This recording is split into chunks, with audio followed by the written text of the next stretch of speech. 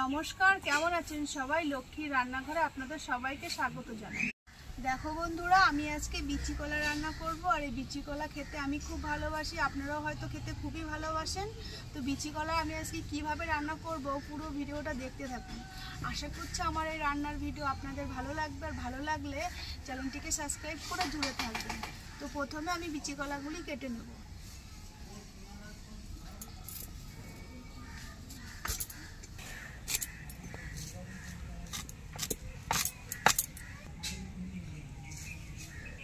কলাগুলি ভালো পক্ত আছে।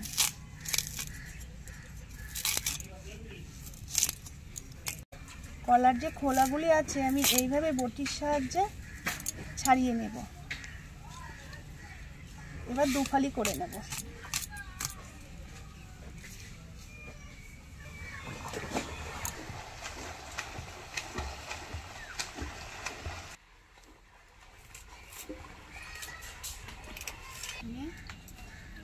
বন্ধুরা, বিচি কলা কাটার আগে একটা পাত্রে বাসি জল দিয়ে একটু হলুদ ফেলে দেবেন, তাহলে কাটার পরে বিচি কলাগুলি আর কালো হয়ে যাবে না।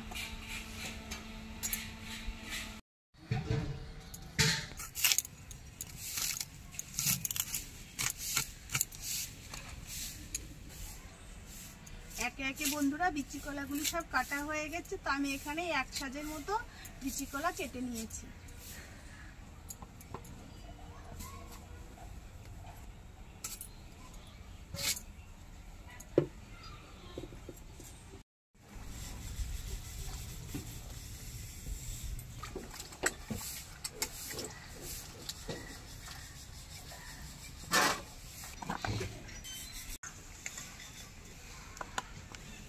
বন্ধুরা, বিচি কলাগুলি কেটে আমি জল দিয়ে ধুয়ে নিয়েছি। বন্ধুরা, আমাদের বাড়িতে যেভাবে বিচি কলা রান্না হয় সেই রান্নাটাই আজকে আপনাদের সঙ্গে শেয়ার করছি। বিচি কলা রান্না করার জন্য যে উপকরণগুলি নিয়ে নিয়েছি বন্ধুরা, নিয়েছি লবণ, গোটা পোস্ত ভিজিয়ে রেখেছি, হলুদ গুঁড়ো, পাঁচফোড়ন, শুকনো লঙ্কা দুটো, আর অল্প একটু সর্ষে বেটে নিয়েছি, সরিষার তেল, একটা শুকনো লঙ্কা, একটা তেজপাতা। এই রান্নায় একটু ঝালটা কম দিয়ে রান্না করলে ভালো লাগে খেতে।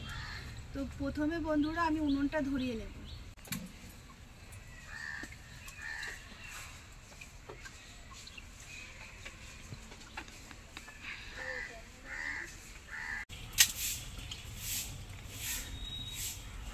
উনুন ধরে গেছে বন্ধুরা, এবার কড়াই উনুনে বসিয়ে দেব।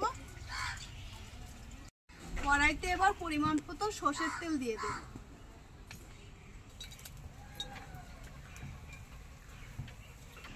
তেল গরম হয়ে গেছে, এবার একটা শুকনো লঙ্কা দেব, একটা তেজপাতা,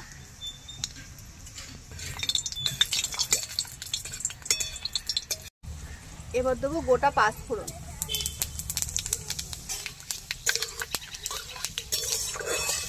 ফোড়ন দেওয়া তেলে এবার ধুয়ে রাখা বিচি কলাগুলি দিয়ে দেবো তেলের উপর।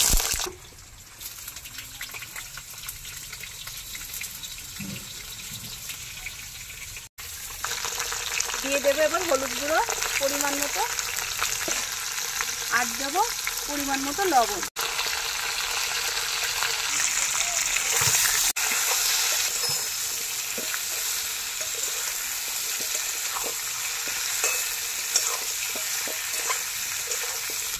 বন্ধুরা, ফোড়ন দেওয়া তেলে বিচি কলাগুলি দিয়ে লবণ হলুদ দিয়ে দিয়েছি। এবার তেলের সঙ্গে হালকা লাল লাল করে বিচি কলাগুলি ভেজে নেব। বন্ধুরা, বিচি কলাগুলি ফোড়ন দেওয়া তেলে হালকা লাল লাল করে ভাজা হয়ে গেছে। আমি যে সর্ষে দুটো শুকনো লঙ্কা বেটেছিলাম, এবার একটা পাত্রে আমি জল দিয়ে গুলে নিয়ে সেই সর্ষে ধোয়া জলটা আমি বিচি কলার মধ্যে দিয়ে দেব।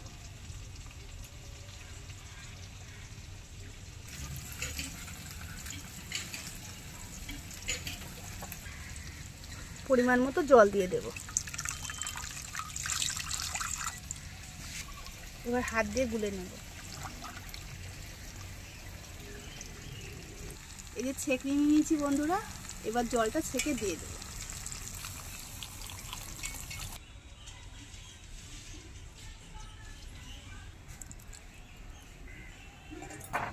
এবার নাড়িয়ে চাড়িয়ে নেব।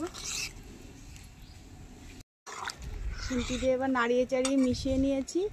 এবার উনুনে জাল দিতে থাকবো ফুটতে ফুটতে যখন একটু রসা রসা ভাব চলে আসবে তখন যে গোটা পোস্ত আমি ভিজিয়ে রেখেছি দিয়ে দেব।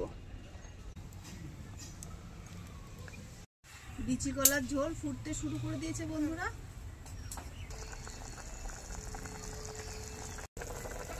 ঝোল ফোটার পরে এবার একটু নাড়িয়ে চাড়িয়ে দেবো।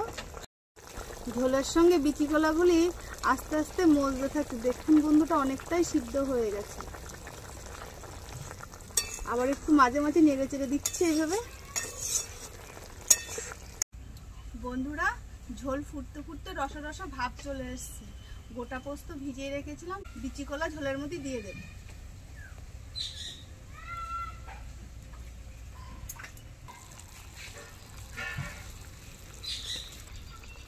রান্নাটা আমি নিরামিষভাবে করছি বলে নিরামিষ তরকারিতে একটু চিনি দিলে তরকারির স্বাদ বেড়ে যায়, একটু চিনি দিয়ে দিচ্ছি। এবার বিচি কলার সঙ্গে নাড়িয়ে চাড়িয়ে পোস্ত আর চিনি মিশিয়ে নেব।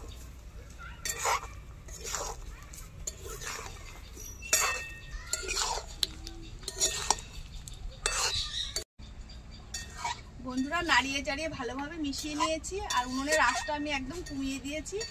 এবার অল্প আছে 5 মিনিট মতো আমি উনুনে বসিয়ে রাখবো, তারপরে নামিয়ে নেব। বন্ধুরা 5 মিনিট মতো হয়ে গেছে, বিচি কলা রান্নাটা হয়ে গেছে। এবার উনুন থেকে নামিয়ে নেব।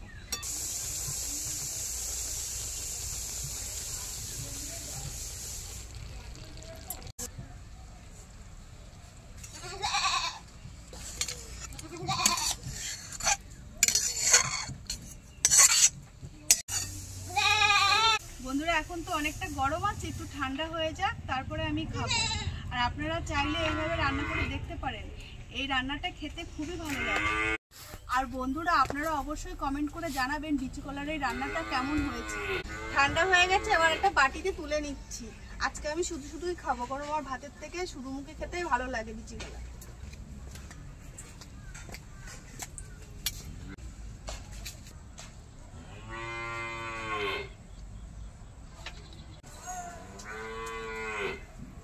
রান্নাটা সত্যি খুব সুন্দর হয়েছে বন্ধুরা। তো আজকের মতো এই পর্যন্ত, আবার একটা নতুন রেসিপি নিয়ে আপনাদের সামনে চলে আসবো। আর এতক্ষণ আমার সঙ্গে থাকার জন্য আপনাদেরকে অসংখ্য ধন্যবাদ বন্ধুরা।